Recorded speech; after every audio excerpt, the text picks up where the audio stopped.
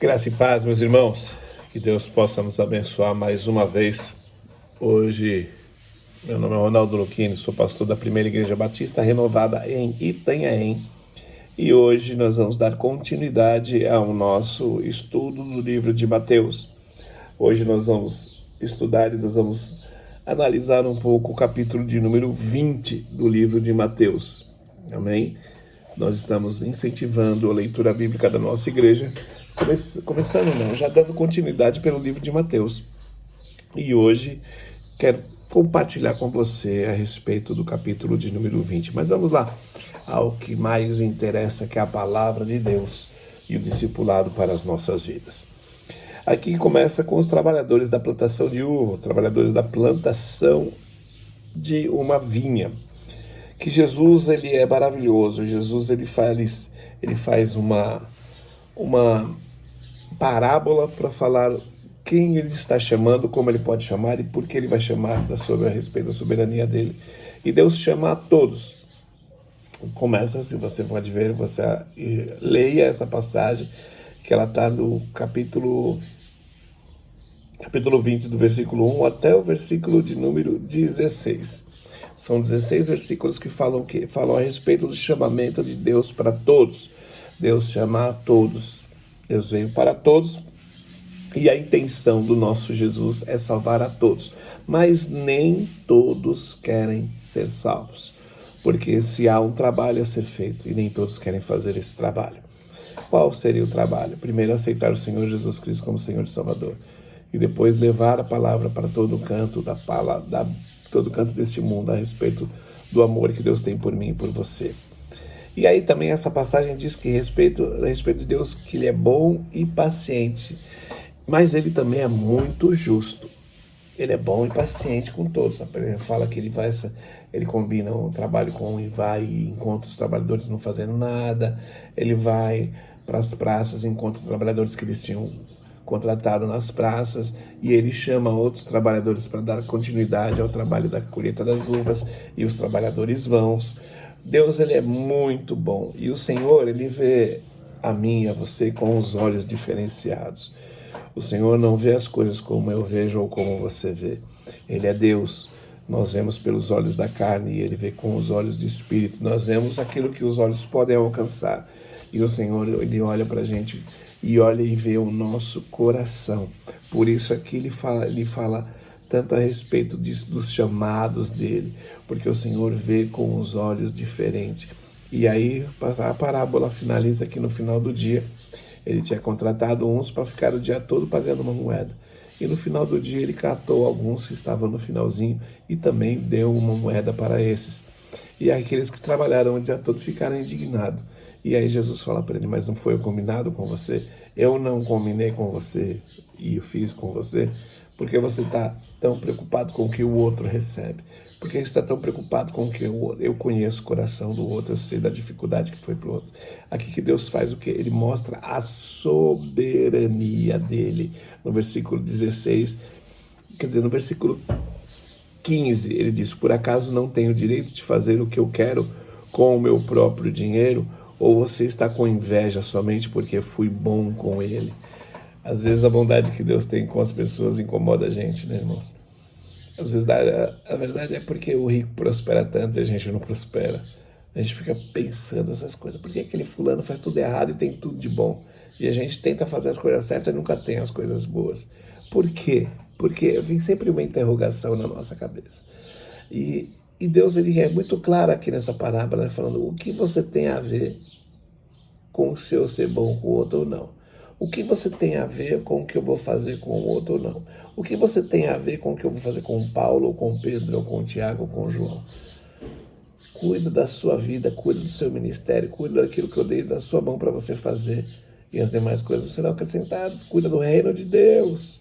E aí Jesus Cristo finaliza o 16 dizendo: aqueles que serão os primeiros, aqueles que são os primeiros serão os últimos, e que são os últimos serão os primeiros. Ele está falando das pessoas que Jesus veio para eles, mas eles não quiseram. Jesus veio para os judeus e os judeus não quiseram. E aí Jesus começa a dar umas diretrizes falando a respeito que ele iria salvar todo aquele que desse fruto e todo aquele que o aceitasse como Senhor e Salvador, como eu, como você. Ele veio para os judeus, mas ele acabou sendo engrandecido para os gentios. E isso até hoje incomoda muito, muito, muito os judeus. Mas vamos lá. E aí Jesus, do versículo 17 até o versículo 19, ali fala a marcha rumo a Jerusalém. E aqui nesses versículos dá para ver a determinação e a liderança que ele tem até vencer a morte, porque ele fala exatamente tudo que vai acontecer com ele. Escutem, nós estamos indo para Jerusalém, onde o Filho do Homem será entregue aos chefes dos sacerdotes, aos mestres da lei, e eles o condenarão à morte e o entregarão aos não-judeus. Vão zombar dele, bater nele, crucificá-lo, mas no terceiro dia ele vai ser ressuscitado. Jesus, ele não estava pedindo uma autorização aqui, ele estava comunicando o que ia acontecer aos seus apóstolos. Vê bem que Pedro também estava aqui, depois Pedro cortou ele de boco, né? Jesus, ele participou de tudo, ele falou tudo certinho, com determinação e com liderança, e ele falou que ele iria o quê? Vencer a morte. E aí nós vemos o quê? Como nós somos seres humanos incapacitados e limitados pela ganância do nosso coração e pela nossa ambição. Como falou Jesus Cristo nesses 3 versículos a respeito da marcha para Jerusalém, aí vem o pedido de uma mãe, do versículo 20 até o versículo 28. E aí nós podemos ver a marcha do que? Da ambição humana. Por que da ambição? Porque aqui nós vemos a mãe, a esposa de Zebedeu, que era o João e Tiago, falando que tinha um pedido, que Jesus não ia recusar o pedido de uma mãe, e um pedido muito simplório. Qual o pedido simplório? Que um sentasse à direita e outro à esquerda. E aí Jesus fala, puxa, vocês não estão... Será que vocês vão conseguir beber do meu cálice? E aí eles falam, podemos. Aí Jesus disse, de fato, vocês vão beber. Quando Jesus fala do meu cálice, ele estava falando do cálice do sofrimento. E eu falo isso hoje para mim e para você. Será que nós estamos dispostos a beber do cálice de Jesus? Será que nós estamos dispostos a beber do cálice dos apóstolos? Será que você está disposto a beber o cálice que leva à salvação? Se você responder que pode, Jesus vai te dar esse cálice. Porque aí no 23 fala, de fato, vocês beberão o cálice que eu vou beber, mas eu não tenho o direito de escolher quem senta à direita e quem senta à esquerda, pois o meu Pai quem preparou esses lugares e ele os dará a quem quiser. E por que os outros apóstolos ficaram tão revoltados? Porque, irmãos, aqui nós estamos falando de cegos. As pessoas estavam cegas e não estavam sabendo quem era Jesus. Porque Jesus, ele veio para todos, Jesus não veio para alguns. Jesus não veio para colocar, para ter os mais queridinhos dele. Jesus veio para amar a todos igualmente. E aqui nós vemos o quê? Que Jesus Cristo, ele estava falando com a mãe e de repente ele fala o quê? Com os apóstolos, porque quando os outros discípulos ouviram isso, ficaram zangados com os irmãos. E aí Jesus chamou todos para dentro de si e disse, perto de si disse, como vocês sabem, os governadores dos povos pagãos têm autoridade sobre eles, e os poderosos mandam neles. Mas entre vocês não pode ser assim. Pelo contrário, quem quiser ser importante, sirva aos outros. E quem quiser ser o primeiro, que seja escravo dos outros. Porque até o Filho do Homem não veio para ser servido, mas sim para servir. E aqui ele já começa a tirar o quê? Tirar a cegueira desses apóstolos. Por quê? Porque não por acaso, depois no versículo 29 até o 34, Jesus dá de cara com 2 cegos. E aí ele fica com o quê? Na minha tradução, no 34, diz, Jesus teve pena dos cegos e tocou os olhos, e no mesmo instante eles puderam ver, e então seguiram Jesus. A coligação desses 2 cegos com João e com Tiago é muito próxima, porque Tiago e João, eles estavam em uma cegueira espiritual muito forte, quando eles falaram que eles queriam ser os preteridos de Jesus Cristo.